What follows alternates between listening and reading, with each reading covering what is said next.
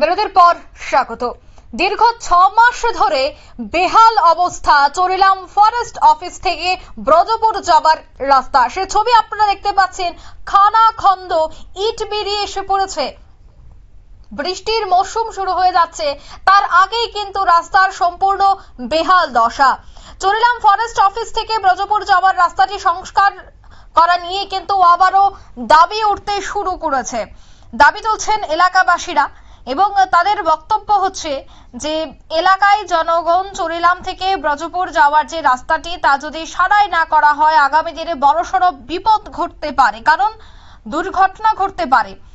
চরিলাম পঞ্চায়েত সচিব এই বিষয়টা নিয়ে মুখ খুলতে নারাজ। এখন দেখার যে এই বিষয়টা নিয়ে খবর প্রকাশিত হবার পর জনগণের দাবি পূরণ করার জন্য দপ্তর কি পদক্ষেপ গ্রহণ করে, তবে সেই বিষয়ে সংশ্লিষ্টদের বক্তব্য শোনাচ্ছি।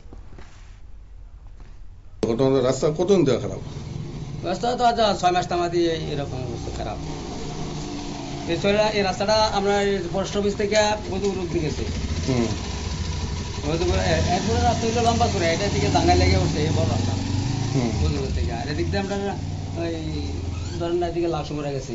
এই রাস্তাটা দিয়ে দেখলাম রাস্তার মধ্যে এখনো দাগ রয়ে গেছে, মানে খসছে, কিন্তু রাস্তা খারাপ হয়ে গেছে, কি করবেন? রাস্তা তো খারাপ হইতে পারে, এখন কি করা যাবে? রাস্তা গাড়ি করা যাইতে, যে গাড়িটিতে চলে রাস্তা দিয়ে যাইতে এতে খারাপ হয়েছে।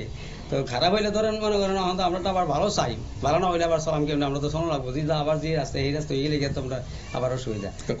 আমরা ইনশাল্লাহ আমরা ভালো করে তখন আবার চাই আর কি। রাস্তা সংস্কার দাবি করছেন। এটা কই গেছে রাস্তাটা? এই রাস্তাটা গেছে বজুপুর, এদিকে বজুপুর। এটা কোন পঞ্চায়েত? এটা আমরা চরিলাম পঞ্চায়েতের। কি নাম আপনার?